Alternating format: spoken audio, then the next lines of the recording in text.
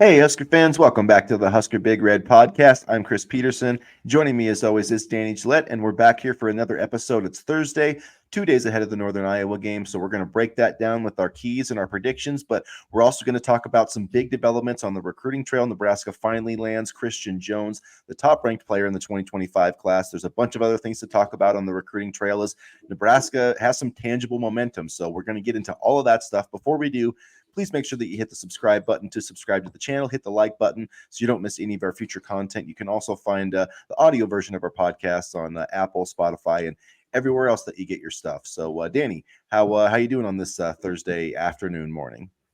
Pretty good. More awake than our usual early morning podcast, so that's good. But I'm ready for Northern Iowa. I think it's going to be a good game. I don't think it's going to be a game that Nebraska will roll. I mean, if they do, great. But Northern Iowa, they're a good team. They're ranked, and they historically have put players into the NFL. So I'm kind of intrigued to see what kind of matchup they give Nebraska. Yeah, and they've played, a lot of these types of games. They've played Iowa quite a few times. I think they've given Iowa some games over the years. So I definitely am not looking past Northern Iowa. And, one thing that I've already mentioned, in my 5 things to watch that I had at HuskerBigRed.com is that, this team averages 298 rushing yards per game. So, I mean, when you look at Colorado, a team that does not want to run the football, as in Northern Iowa, they may not have the talent, but I mean, I bet you that their offensive line's probably better just run blocking. I mean, they have cohesiveness, and they want to do it. It's something that they emphasize. So I think maybe in that regard, Nebraska will get a tougher challenge than they've got the first 2 weeks. Their run defense. Not that they're not going to be up to it, but I do think that they'll maybe get a little more challenge than a Colorado team that clearly just wants to play 7-on-7. Right, and you mentioned running the football for Northern Iowa. One of the guys that I'm paying attention to for them is Ty Edwards. I mean, he is a dynamic playmaker. Say what you want about the competition Northern Iowa faced over the first 2 games, but he had 15 carries for 174 yards and 2 touchdowns in the opener, and then he had 15 carries for 141 yards last weekend. And it's interesting, he averaged 11.5 and 9.4 yards per carry in both of those games. So he's definitely a dynamic playmaker, and Nebraska should definitely not take him lightly as far as his talent is concerned. Yeah, Northern Iowa has 2 running backs. We'll go into our keys here for Northern Iowa, and we'll talk some recruiting here in a minute. But 2 running backs that are averaging over 6 yards a carry and on 30 attempts. So not like, just 1 or 2 attempts. They don't throw the ball that well. They throw it a little bit, but the quarterback only averages 5.1 yards per attempt, which is pretty low. So that should be something Nebraska can take advantage of. And yeah, it seems like they're, going to try to run, just come in and run the football. Now the spread, at least I saw from FanDuel, was 34.5 points, I believe. I'll try to check and see, because like DraftKings, some of the places haven't put out a spread yet, and I don't know if they're just trying to gauge it, but that's one that I saw is 34.5 points. Sometimes it can move with these kind of matchups just because there is kind of so much unknown. So let's see. Yeah, we still don't have a DraftKings line for this game, which is kind of weird, but FanDuel 34.5 points. So I don't know. That seems like a lot of points to cover, even against an FCS team. Yeah, I don't see them winning by 34.5 points. Maybe like, I don't know, 24 or something like that. That spread is quite large. So I don't know if Nebraska will cover it, but I do think I do think that Northern Iowa definitely presents a bit more of a challenge than say UTEP in regards to running the football in their game plan. Yeah, let me double check here. I'm just going to pull it up. 32.5. So, a couple of points off, but still, that's kind of large. I don't know. I'm always very cautious with the larger spreads. And then, yeah, it's just kind of interesting because, they had, I'm reading an article from Sports Illustrated that's citing FanDuel that has them as a 30.5 point favorite. And this was on the 10th. So I'm not sure, where they got that number from. But I mean, lines definitely do move. I mean, there's no question about that. I think I picked Nebraska to win by like 31 points. I could see him winning this game like 41-10 or something like. I think it's going to Yeah. be tough to cover that spread. I really do, just the way that both teams want to run the football. But at the same time, I think that in terms of our keys, or if we want to get into those, I think a key for Nebraska this week, in term, not overlooking Northern Iowa, I guess will be my first key, and that's not even overlooking Northern Iowa, but just kind of getting over that hangover from Colorado. It's a Saturday night Mm. game. I think that's the biggest win Nebraska's had, at least in the past 5 years. I can't think of another game that was bigger than that. And the way they did it, what was at stake, who was on the other sideline, the fact that it was on NBC, it was, Dylan Raiola, all that stuff. So they still, you have to be able to handle success. And, last year they didn't do that. They got a 3-game winning streak. They got to 5-3, and then they fell apart. So I know that's not a big deal against Northern Iowa, and they should be able to sleepwalk through this game, but good teams don't sleepwalk. Good teams don't look past people. Good teams execute at a high level when they're on the field at all times. Nebraska didn't do that in the second half. So I'm hoping to see, 4 quarters, or at least, 2.5, 3 quarters, because the starters, I'm hoping, won't be in the game in the fourth quarter. So be sharp and don't look past this team. Yeah, be sharp. Don't look past this team, and also continue to focus on fundamentals. No turnovers, no fumbled snaps. Don't get lazy. If you're up big in the game, and because habits that you form against a team like Northern Iowa, and closing games, no fumbles, no turnovers, even if it's a game that's swinging largely in Nebraska's favor, will be able to help you when you get to the Ohio State games, the USC games, any potential playoff or bowl games. Those sort of good in-game habits can be practiced early in the season with games like this. Yeah, for sure. And I want to see Nebraska continue to run the football well, continue to see the offensive line protect well. But yeah, the receivers, they didn't have a great day last week. I guess it's pretty clear to say that, not only from a blocking perspective with the penalties, but outside. I think you had Isaiah Nair had an 18-yard reception. Jalen Lloyd had a 36-yarder, and that was it. You didn't have a single receiver outside of that had a catch over 10 yards, unless I could be remembering it wrong. But so I think those guys just need to produce a little bit more, I think. And I think that they're going to get challenged this week. Matt Rule kind of talked about that. I'm needing to see more from that group. So that's another key for me is, these receivers should be able to dominate this Northern Iowa team. Nebraska should be able to create more explosive plays in the passing game. I think they should have been able to create more against Colorado. And I get that the Ja'Cory Barney play got called back for a really bad holding call. And that, that takes away from a 30-40 yard gain. But I would like to see, more explosive plays, more like what we saw in the first week against Utah.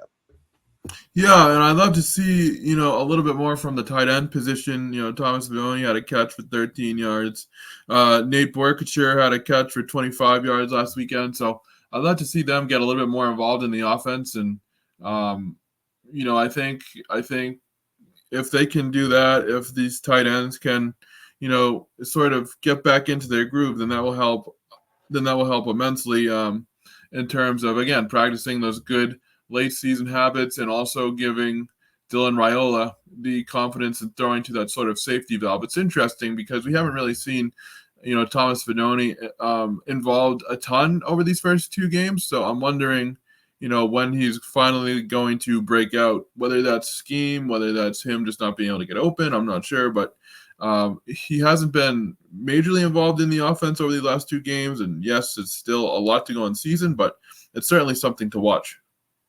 Yeah, I think part of that too is just I think we're going to see stretches like that with this Nebraska team because there are so many weapons.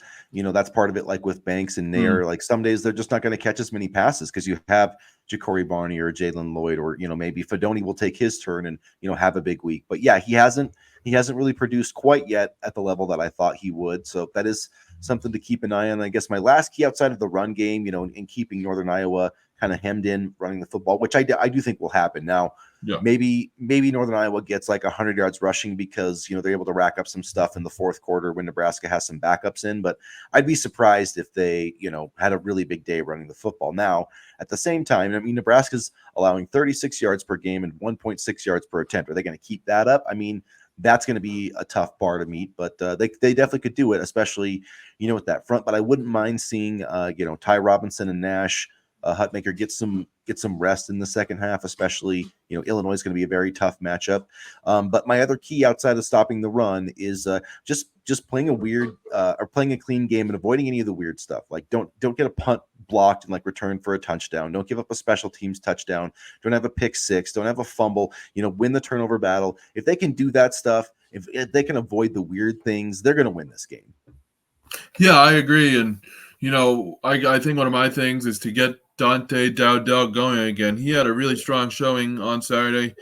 17 carries for 74 yards and 2 touchdowns. You saw how explosive he was and how quickly he could run downhill. And he did have sort of a little bit of a fumble towards the end of one play. So fumbles are still an issue, but there's no doubt he's a dynamic running back. He has honestly kind of exceeded my expectations from when he came into the program. So I think one of my big keys is to get him going as often as possible, because once you get Dowdell going, that opens up the rest of the offense. And, one of the things, speaking of, opening up the rest of the offense, I liked what Ramir Johnson brought to the table last week as well. He had 9 carries for 33 yards, and he also was the team's leading receiver. 8 catches, 49 yards, and that touchdown. And he was really able to show his versatility late in Saturday's game. So I'd love to see that continue, because I think that just adds another dynamic to the offense.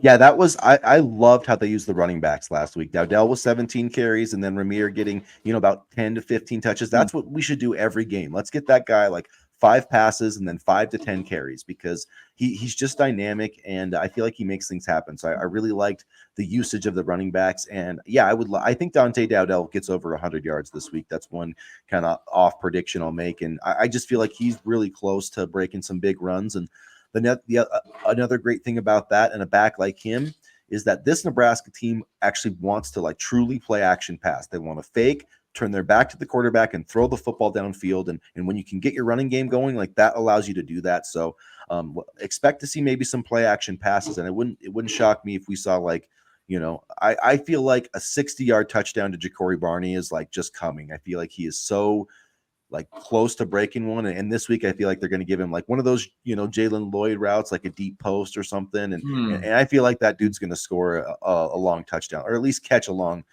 pass this week. So yeah, keep an eye on the explosive plays. And if they can get the running game going, that's what can allow some of those things to develop. So I feel like we've kind of telegraphed where we're going on this one, but in terms of picking against the spread, we'll go with 32.5 points, because that's what I've found right now with FanDuel.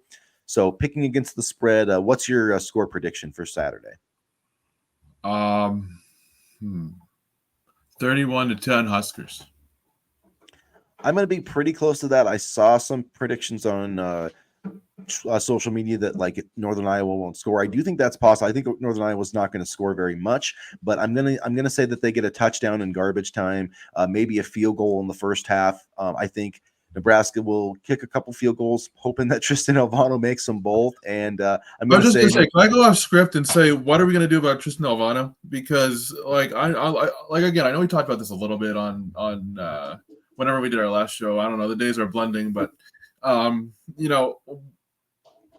I don't want to bash the kid. You know what I mean? Like, I like him. I think he's obviously has a really good leg. He was a great kicker in high school, but at what point do you try something new? Maybe substituting John Hull in there or something like that, or do you think it's just a little bit of rut that he's in? Because he had these kind of same struggles last year, and I would just hate to see him continue to lose confidence.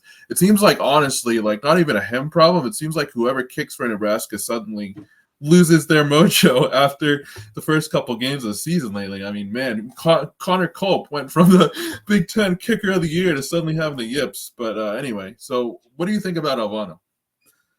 Well, I do think, I do think that Alvano's going to make a couple of field goals this weekend. So that's part of my prediction. So 41-10 is my score. I think Nebraska will win, but not quite cover the spread unless it comes down a little bit. But I think right now, I just think it's a mental thing. It's part of the yips. Mason Crosby with the Packers had this a few years back where he really was struggling, and a lot of people wanted him to be cut, and the Packers stuck with him.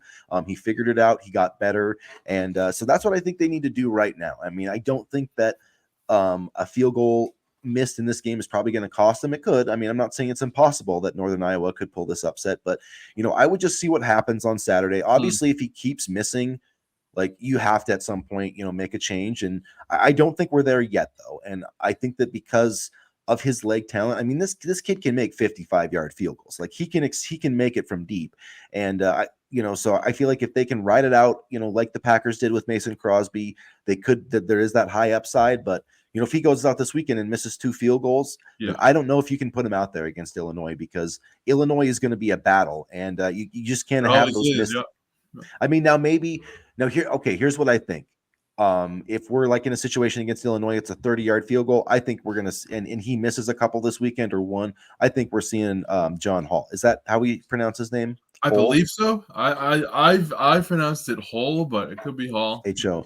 But anyways, Hole probably makes more sense. Anyway, I think we'll see him. But if it's like, if they're at like the 36-yard line to win the game, or like before half a 53-yarder, I think they'd probably try Albano out there, and maybe that's just what he needs to see it go through. But yeah, something's not right in that kicking operation. We can't lose a close game this year because we miss a 30-yard field. Like, I will absolutely lose my mind if that happens. I mean, I'm sorry. I just will. Like, I just want Chris to lose his mind. So, like, that's the point where I have to walk away from social media, because I can't. Like, I get insane. I know. Like, I just do it. I can't. Like the 3 hours of happening, like the 4 hours that the game is happening. Like, I'm not a sane person. Okay, so like, but if stuff like that happens, like, I've just learned I'll chuck the phone, and then I just won't pick it up for a while, because I just know. Still remember the Scott Frost 2.0 tweet. I love you, but I'm not letting you let that one go. Yeah. Well, I mean, but still, they kind of were Scott Frosty at the end of games last year, but they were. But they got that fixed though. Helps if you have a quarterback. Close games. I know a quarterback that can actually take a snap, right? So Nico Ottamanelli, he's a punter, correct, or is he a place kicker? Because he's listed as a punter kicker on the roster. Because I heard good things about him. I think he can kick. Yeah, I'm pretty sure he can. Yeah, I've heard good things about him, like over the course of fall camp. So I'm wondering if he could potentially be an option as well. Again, I'm not looking to throw Albano under the rug completely, but honestly, at some point, putting him out there when he's continuing to miss kicks doesn't help him either. I mean, he obviously does not want to miss kicks, and at some point, it is a mental thing. So, I mean, could Ottamanelli, do you think, be an option down the road? I know he's only a freshman, but I think it'll be the other guy. I think it'll be Hole, or however you say his name. Yeah, they talked Hole up quite a bit in camp. So, yeah, and I think maybe he just doesn't have as strong a leg. So, I think we would see him on, probably like 45 and in, maybe 50 and in. And then if there's a really long field goal, then probably Tristan Albano. But I think it's easy for me to say because I'm eating my nachos and drinking my soda on the couch. But Albano tends to try to aim for the curve with his kicks. And I get based on the angle that sometimes you have to do that. But lately the curve has just not been there. And trying to get the curve is definitely a smart play, but I mean, I think, like I said, the curve has not been there for him. And I think that's something to look into as well. Maybe strategy-wise or something. I don't know. I just don't want to see him. I really don't want to see him fail at all. It's just tough to watch just because it's killing him inside as well. Yeah, and I mean, you're talking about playing championship football, right? You have to be good on that part. Championship teams don't suck on special teams, and Nebraska had a punt blocked, which didn't cost them because it bounced out of bounds. But what if it didn't? What if it bounced high up in the air? Colorado grabs it and runs it back for a touchdown. It's a totally different game, and that easily could have happened. And then they missed a field goal. So like the punt returning was good, but they still need to clean up the special teams. Coverage was good too, I thought. The coverage has been spectacular. Ever since Ed Foley arrived, the coverage has been as good as I have seen it in a long time. But the actual kicking operations need to get better. The punting. I mean, I'll give the blocked punt probably wasn't Brian Buschini's fault, and he did a spectacular job pinning that. Like, he gets an assist on the Tommy Hill touchdown, but got to shore up that protection, and they have got to find a way to just make the kicks. So however Ed Foley gets that done, if it's like voodoo magic, I don't know, but just figure out a way to get the ball through the uprights, like especially 40 yards in it. Like, if it's beyond anything from like placing it at the 25, a 42 yarder and beyond in college, I don't count that as a make. Like college kickers aren't that great, but if you're 40 yards and in, like you got to put that through. Like, and so that I guess that's where I'm at with it. Let's switch gears and talk some recruiting before we get too much into the weeds with it. But yeah, a huge week for Nebraska, and I got to toot my own horn a little bit. I've been saying this. I said if Nebraska came out and kicked butt against Colorado, that Christian Jones was going to commit, and bam, it happened. So it doesn't happen very often, but I did get that prediction right. So what are your thoughts on this commitment for the Huskers? This is a great commitment. I mean, you think about impact playmakers, impact linebackers. A player that can cover, multiple areas of the field. Christian Jones is that guy. I know certain people whose initials are WD or whatever don't like Christian Jones, but I like him. I've liked him for quite a bit. He's the top player in the state of Nebraska. I believe this is the third year in a row that the program's landed the top player from the state. So there's something right there. And he's going to be a special linebacker. He really is. And I don't want to get too far down the road yet with this, but with some other news regarding Dawson Merritt, I'm just thinking of the Jones-Merritt tandem is just whoa. Yeah, it would be dynamic, and yeah, Christian Jones is really exciting to me because I think, I think he could be a jack. I think he could be, a will. I think he'd be one of those inside linebackers. I think he could play all over the place, and you don't see very many guys that can shot put it like over 50 feet or whatever, and also run a sub 11, 100-meter dash. So that tells you right there the kind of athlete he is. He's all over the field in his highlights. So yeah, I think he's going to be a perfect fit in this defense, and I'm super excited about him. And yeah, the third year in a row they've got the top ranked player, already been projected to get the top player in 2026, Isaac Jensen, the tight end. And he's good too. Yeah, and he's ranked. He's like 458 or something overall, but he's number one in the 24/7 composite rankings right now. And I think Jace Reynolds might be number two, and they've already been projected to land him. So I'm not 100% on that. I know Jace Reynolds is one of the top recruits. So you've already got two of the top prospects in 2026 that are trending to Nebraska, have been on campus a lot. So they're just solidifying the in-state recruiting even more. Yeah, they're doing a good job of trying to cover multiple classes in multiple years. And if you keep winning, the talent will come. And not to get off too far on a tangent, but this is what we do here at Husker Big Red YouTube channel. Jamarian Parker and Connor Booth look like absolute studs as well. And Booth in particular, because I believe Booth is a Nebraska kid, if I'm not mistaken. And that looks like another great in-state land for the program. So again, it just shows that this coaching staff has a great eye for talent, and I think they do a good job of getting players to commit before they blow up. And Booth is going to be that guy. Parker, I think, is already that guy. I know that you had compared him to Amon Green, which is lofty, but I can see it as well. Yeah, man, he looks like his running style. I mean, I don't know how else to say it, but just when I watch him run, he reminds me of Amon Green, and I feel like I haven't been this truly excited about a running back commitment in a long time. I mean, I was about Keelan Lacey before he broke my heart and went to Alabama. Literally broke my heart, but I'm so don't break my heart, Jamarian Parker. Just don't do that to me. I mean, I compared it to Amon Green. I don't think he will. I think he's 100% solid. But yeah, that was exciting to see both of those guys go over 200 yards and get 4 touchdowns. Like I really like where this program's at as far as like a run game. And we should mention too, from the recruiting side of things, Jackson Cantwell, the 5-star offensive tackle, number 2 overall in the 2026 class. He said to Chad Simmons of On3 that Nebraska is a program on the rise. He's already visited Nebraska 4 times. This is the second game he's been at. This is the third time he's visited in 2024 since the spring. So he said he's going to take some other game day visits. He's going to take some visits in the spring. I'm sure Nebraska will get one of those. And then from that point, he's going to decide on his official visits. And I feel like Nebraska is going to get one of those. So, it's just a matter of can they finally close an elite offensive tackle? But, they're in such a better position than they were with David Sanders or with Brandon Baker, because they really have established themselves as a top school early on. And I think they keep building on that momentum.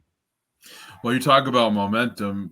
When you look at some of the praise that this program has gotten just over these last couple of weeks, from Nick Saban to Pat McAfee multiple times to Patrick Mahomes, who just mentioned Dylan Raiola in an interview on Wednesday. I mean, there is a buzz around this program that hasn't been there as long as I've been a fan. I don't remember, I don't know if you can recall last time there's been a buzz around the program like this. And I think recruits are taking notice of that. And I think, say what you want. Oh, it's just buzz, it's just hype, whatever. But it matters to this group of kids, and it matters to this, kind of generation of kids. And it's good that Nebraska is generating positive buzz, because, it's been a while since Nebraska's been this good. I mean, just even looking at the crowd on the TV for Saturday's game against Colorado, seeing all those college kids actually excited to be at the Nebraska game and excited to, release the balloons and things like that.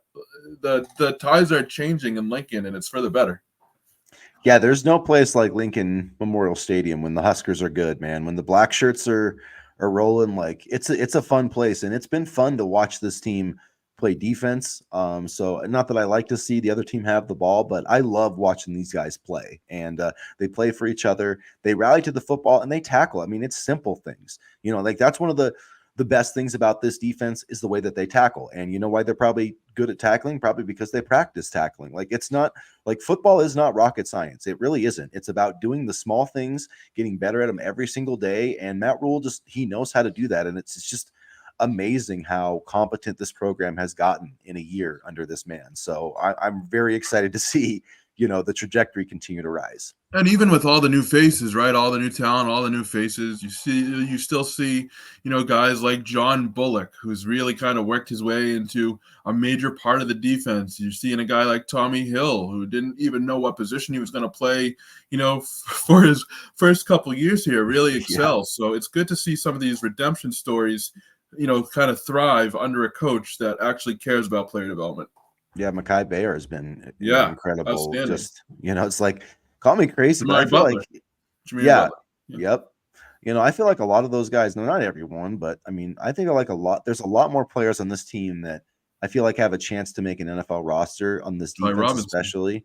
Yeah, Ty Robinson's getting drafted. Like, if Ty Robinson is not drafted in like the first 3 rounds next year, like, NFL teams are absolutely insane, because you can put he may not be a great pass rusher, but you can put that guy in your 3-4 defense as your 5 technique, and you will have a top 10 running, because you cannot run the football against that man. I don't care. Even I don't think NFL offensive linemen can move him. He is just that big and that ferocious, and that might not be valuable enough to get him picked in the first round, but like, I guarantee you, if you take this man, I will take that man on the Green Bay Packers right now. Like, literally right now, I know he could upgrade their defensive line right now. That's how good I think Ty Robinson is. Yeah, I mean, the Patriots could use Robinson with Christian Barmore out with blood clots, unfortunately. But speaking of Patriots, again, off topic, but whatever. O'Shawn Mathis was one of the Patriots practice squad's player of the week. Oh, so nice.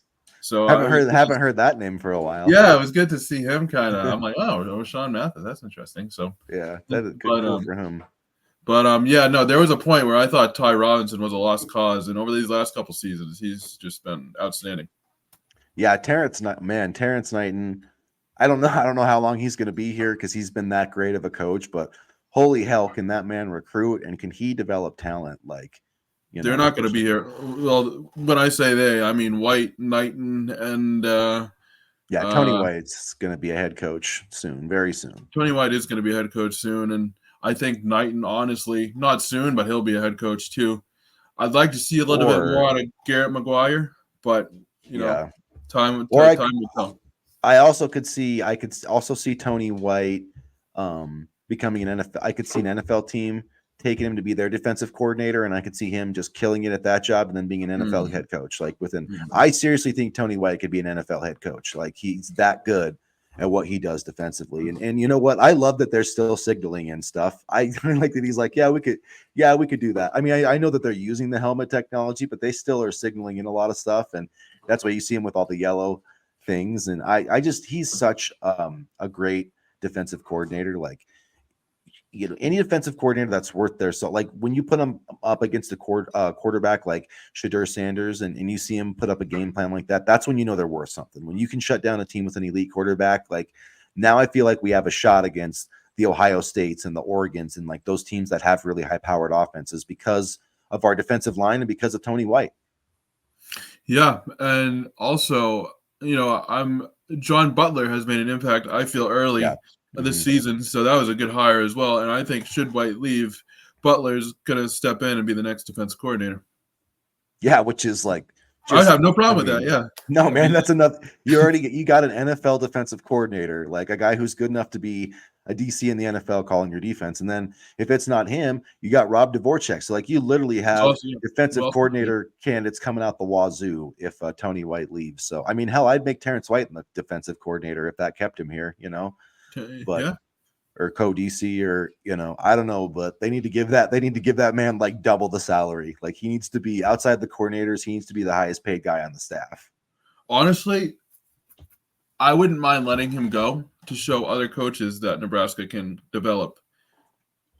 For sure. And I mean, like, you know what I mean? Like, because it's been so long since we've had a coach go somewhere to be like, have a coach go somewhere that's not packing his bags because he got fired. You know what I mean?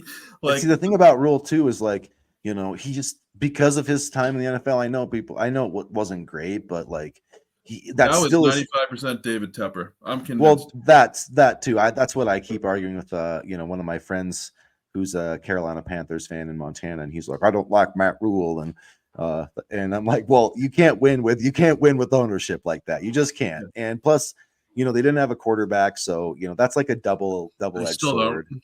Yeah, they still don't. They still suck. I mean, like they had Christian McCaffrey, and they still sucked because, anyway. So I don't know. I just feel like Nebraska's in a great spot right now. I forgot what we were even talking about, but to be fully transparent. But in terms of recruiting momentum, though, with Cantwell, with all these guys, oh yeah, I feel like even if Terrence Knighton does leave, sorry, I remember now, Matt Rule will just pluck somebody else because he's got all these great contacts. So we're in a great spot, and he knows how to develop his coaches. He knows how to develop the players, and starting to get these recruiting wins. Dawson Merritt. They have given him something to think about. I think they've given Cortez Mills something to think about. That's what I've heard too. And Michael Terry, he hasn't committed to Texas yet. So, is it going to be a bit of an upset if Nebraska pulls a kid out of Texas? Like, yes, but with the connections that this staff has to Texas, I think if anybody can do it, they're the ones that can do it. Not to mention the 1890 initiative stepping up their game. Honestly, like truthfully, not even joking, they've really stepped up their game over the past couple months. And I think as long as the program keeps winning, the money will keep coming in. Yeah, it's so funny that thinking about like turning a negative into a positive, that we were all freaking out when Trev Alberts left, and that turns out to have been one of the best things I think that's happened to this athletic department. So. They're painting the 1890 initiative logo on the field. Crying out loud, that would have never happened under Albers. No, and it was like there were reports he was grumpy about the money they paid to Raiola to come here. So it's like, sometimes there's you think something's like a curse, and sometimes it's a blessing. So Trev Alberts was a great player here, but him as the AD, him leaving, I think turned into a blessing for Nebraska. And to be fair, he did make some good decisions. He hired Matt Rule. I was going to say he hired Fred Hoiberg, but he didn't, as I recall. It was Bill Moose, if I'm not mistaken, right? Yeah, but he at least he decided to keep Fred Hoiberg. That's what he kept Fred Hoiberg kind of in the similar way that he did with Scott Frost, and when Scott wasn't able to deliver, but Fred was. So, so Nebraska, I got to give him credit for staying true to Hoiberg and getting Matt Rule. And now but Troy Dannon, man, he's been cleaning, Will Bolt getting done, Fred Hoiberg, another extension, Amy Williams. Nebraska Athletics are in a good spot. So hopefully that will continue to happen. So that feels like a good place to wrap it up there, unless there's anything else we need to cover. Don't think so. I don't think so. I'm just trying to think. I don't think so, no. I mean, it was nice to win the volleyball state championship over Creighton. So I did get a little bit nervous after we went to a fifth set. I was a little nervous, but and SMU, honestly, SMU is a team to watch out for. They had another good match. They swept Baylor, who was ranked, I think, like 16th, but just swept them. So maybe that's not a bad loss after all. Yeah, and it's not so bad. It's not bad to lose a match. Going the whole season undefeated like that puts a lot of pressure on you. Mm. And so, See at the any rate, 2007 Patriots. yeah, exactly. See the 2007 Patriots. So, Oh, on that note, so thanks for joining us again, you guys. We're going to have our live stream Saturday morning, our pregame chat, looking ahead to Northern Iowa. So join us for that. That'll be 8 a.m. Central Time, 9 a.m. Eastern Time. And if you haven't already, hit the like button, hit the subscribe button, and as always, go Big Red. go Big Red.